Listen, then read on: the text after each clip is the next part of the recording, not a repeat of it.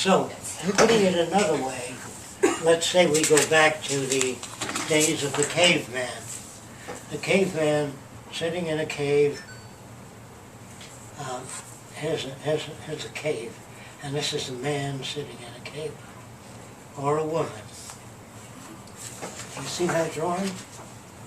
A man sitting in a cave. In order to climb a hill, if you step on a severe incline, you'll slip. If you step on a flat, slightly flat, you'll get up. So when you climb a hill, you look for slight flats. Does anybody clear? After this guy lives there 10 years, it gets to look like that.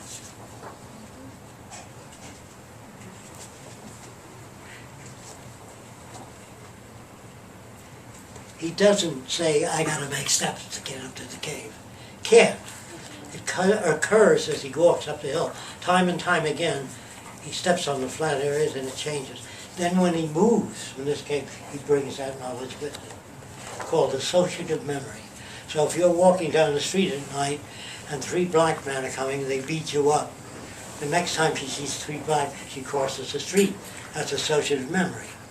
Or if they're Filipinos, or Greeks, or Italians, right? So all men. You got all these different kinds of people that look different. When I was a kid, there weren't too many Chinese around, except in the laundry. So we used to run down and look at them, you know. And the black guy was right in my neighborhood, because they lived in quarters. And we used to run down the street and look at them, because they looked so different. And we didn't know anything about them. People said, well, they don't want to play with those black kids, or the green kids, or whatever you had. So you had the parents fucking up the kids real bad. You're a Lutheran, you don't play with that little Catholic girl. So parents do a lot of damage, not because they're bad. Nobody is good or bad. Everybody is perfectly well adjusted where they're coming from. Brother, if you don't get there and take it first, be nothing left for you. Kids are brought up with different, and psychologists think they're self-centered. They invent words, psychopathic. They invent all kinds of phony words, not considering the environment.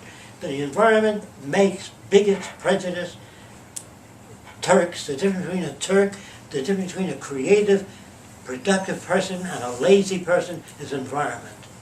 So you work on the environment, get rid of the environment that makes that. Have you ever heard of Jeffrey Dahmer? How many people have? How many people have heard of Albert Fish? That goes way back. They believe he ate 45 children. The public wanted to tear him to pieces. There's a psychiatrist named Wortham, rare individual, said, don't kill him. I want to try to find out what made him that way. Well, he wasn't very good at that. He didn't find out everything. But this is what he did find out. When the kid was about 8 years old, he was touching his private parts. His mother was an old-time Baptist. Came in, he had no attitude about it. My mother looked at him and said, you're going to burn in hell touching that part of your body. That's evil, sexual, satanic. And kept on the kid, you burn eternally touching that part of your body. You want to go to hell and burn there? Well, the kid was shaking like mad. Mother said at 2 in the morning he was screaming. So she went into his bedroom, he stuck needles in his genitals, didn't want to go to hell. But he used to take minority kids into the woods and try to cut their genitals off. He was brought up in a distorted environment. And there's nothing wrong with him mentally. They think he belongs to psychiatric ward. No, there's a lot of people that are fucked up by the values of their culture. Only when the brain disorder is physical, high temperature, I'm talking about last stages of syphilis, you know, there are many brain disorders, physical damage, that's different. But the difference, it's hard to tell the difference when you talk to a member of the clan between brain disorders and value system distortion. Do you know what I mean? How do you explain the difference between a child who takes that from his mother and sticks needles in his genitals that night, and another child who takes that from his mother and is like, I'm just going to chill like this and do everything she says from now on? I got the same thing from 2 priests who used to come to my seminars, and they said, I know 2 people from the identical environment. One turned out a priest, another a gangster. If environment's everything, how do you get those differences? The minute you pick up the younger kid and start playing with it, and the 7-year-olds say that with that lip out. Why are you playing with this kid? You're making jealousy and envy. And I notice when the little kid falls down the steps, the old kid has like grin. Is he bad? No. You made him that way by not knowing enough about children. You take the young kid, put him on him, take the older kid, put him on him, this is your baby brother. You never play with one kid or say, why can't you be like your brother? Or why can't you be like your sister? You know, that's where the parents fuck up the kids. They'd have to go to school to learn how to raise children in the future. I want to tell you a little bit about children. I wanted to communicate with my boy when he was about 3 months old. Well, that's before communication. But I want to communicate with any system whatsoever that produces desired behavior. It's not language first. Communication. Communication is any system. A person can say to you, it was nice having you come again. They don't want to see you. You're reading something else. It's any method. If you slap a kid and he stops doing something, he communicates with his fist. Another guy, he speaks to you, if you don't understand, he gets louder. If you still don't get it, he makes a fist. Watch it. I said America is the greatest country on earth. You disagree with it, he'll punch you. That's a reaction to those words. He's not.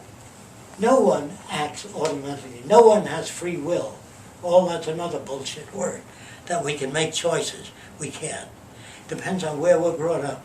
If you ask an Eskimo, you can have anything in the world, what do you want? He doesn't say a stainless steel refrigerator.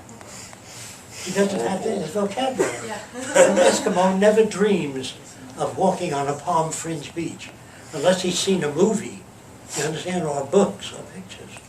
So we can't escape our culture. No one is open-minded. You can't be open-minded.